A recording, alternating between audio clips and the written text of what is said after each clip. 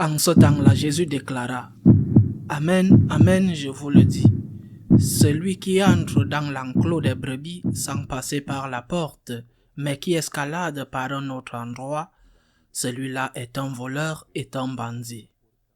Celui qui entre par la porte, c'est le pasteur, le berger des brebis. Le portier lui ouvre et les brebis écoutent sa voix. Ces brebis à lui, il les appelle chacune par son nom et il les fait sortir. Quand il a poussé dehors toutes les siennes, il marche à leur tête et les brebis le suivent car elles connaissent sa voix. Jamais elles ne suivront un étranger, mais elles s'enfuiront loin de lui car elles ne connaissent pas la voix des étrangers. Jésus envoya cette image pour s'adresser aux pharisiens, mais eux ne comprirent pas de quoi il parlait. C'est pourquoi Jésus reprit la parole. Amen, Amen, je vous le dis, moi je suis la porte des brebis. Tous ceux qui sont venus avant moi sont des voleurs et des bandits, mais les brebis ne les ont pas écoutés. Moi je suis la porte. Si quelqu'un entre en passant par moi, il sera sauvé. Il pourra entrer, il pourra sortir et trouver un pâturage. Le voleur ne vient que pour voler, égorger, faire périr. Moi je suis venu pour que les brebis aient la vie en abondance. Acclamons la parole de Dieu. Jésus est tout. Il est le bon pasteur qui va à la recherche de la brebis perdue. Mais il est aussi la bergerie protectrice qui nous garde du loup, c'est-à-dire du diable. Il est la porte de cette bergerie, il est la porte de cet enclos. Et aujourd'hui, il nous enseigne que celui qui n'entre pas par cette porte est un voleur et fait du mal aux brebis. Qui n'entre pas par la porte?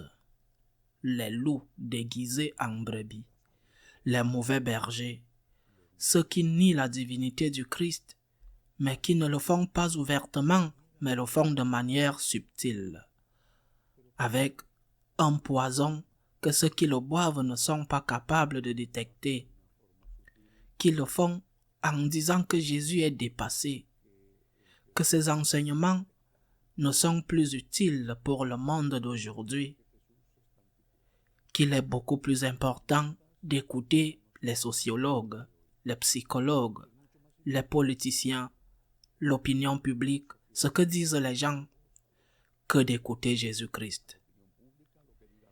Tant de pasteurs sont comme cela, tellement. Et quels immenses dégâts ils font. Lorsqu'on débattait de la position de l'Église, celle que l'Église devait adopter face au très grave problème de la pédérastie d'une partie du clergé, le pape François a convoqué à Rome une réunion de tous les présidents des conférences épiscopales. Quelques jours avant cette réunion, le pape émérite Benoît XVI a rédigé un document à envoyer au président des conférences épiscopales dans lequel il donnait son avis sur cette question.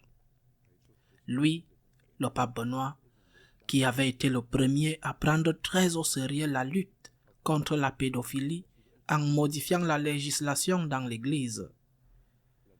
Cette note n'a pas été remise au président des conférences épiscopales et par conséquent, elle a été rendue publique afin que le monde, l'Église et ses évêques soient au courant. Entre autres choses, le pape Benoît a déclaré que le scandale ne concernait pas seulement les abus sur mineurs. Ces abus sont épouvantables.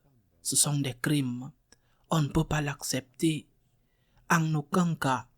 Mais le pape Benoît disait que ce n'était pas le seul scandale qui se produisait. Et il parlait d'autres types de mineurs, que normalement, quand on parle d'abus sur mineurs, on parle d'abus sexuels sur ces mineurs de moins de 18 ans.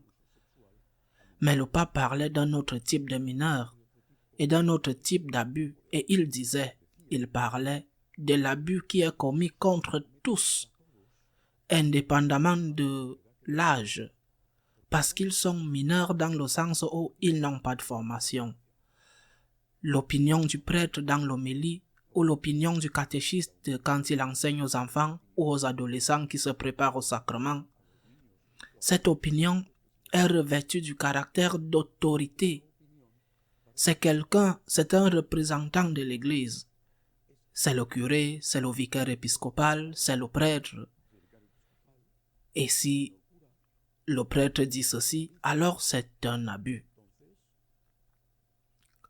Combien d'immenses dégâts, combien d'erreurs sont répandues et rien ne se passe.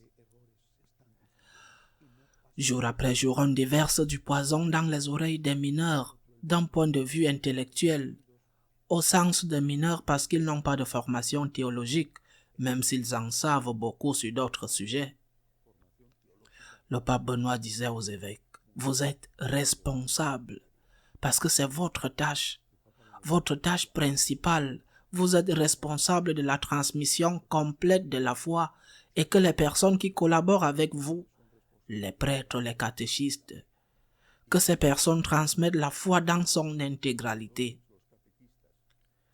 C'était le cri d'un pape âgé et déjà à la retraite, qui voyait avec douleur ce qui se passait. C'est ce que dit l'évangile d'aujourd'hui. Ce sont des voleurs, ce sont des bandits, dit Jésus. Ce sont les paroles du Christ, bien sûr, des paroles qui dérangent beaucoup. Ce sont des bandits, dit-il, ce sont des voleurs. Ils ne cherchent qu'à profiter du troupeau. Jésus est la porte. Jésus est Dieu et personne. Et quand je dis personne, je veux dire personne. Personne ne peut oser dire que Jésus s'est trompé et resté catholique. Immédiatement, il est disqualifié parce qu'il commet la plus grande hérésie, nier la divinité du Christ. Prions le Seigneur pour que nous, les prêtres, soyons de saints. Et si nous ne le sommes pas, pour que nous efforcions de le devenir et que nous ne fassions pas de mal aux personnes qui nous sont confiées en versant dans leurs oreilles le poison de l'hérésie, comme s'il s'agissait d'une authentique doctrine chrétienne. Loué soit Jésus-Christ.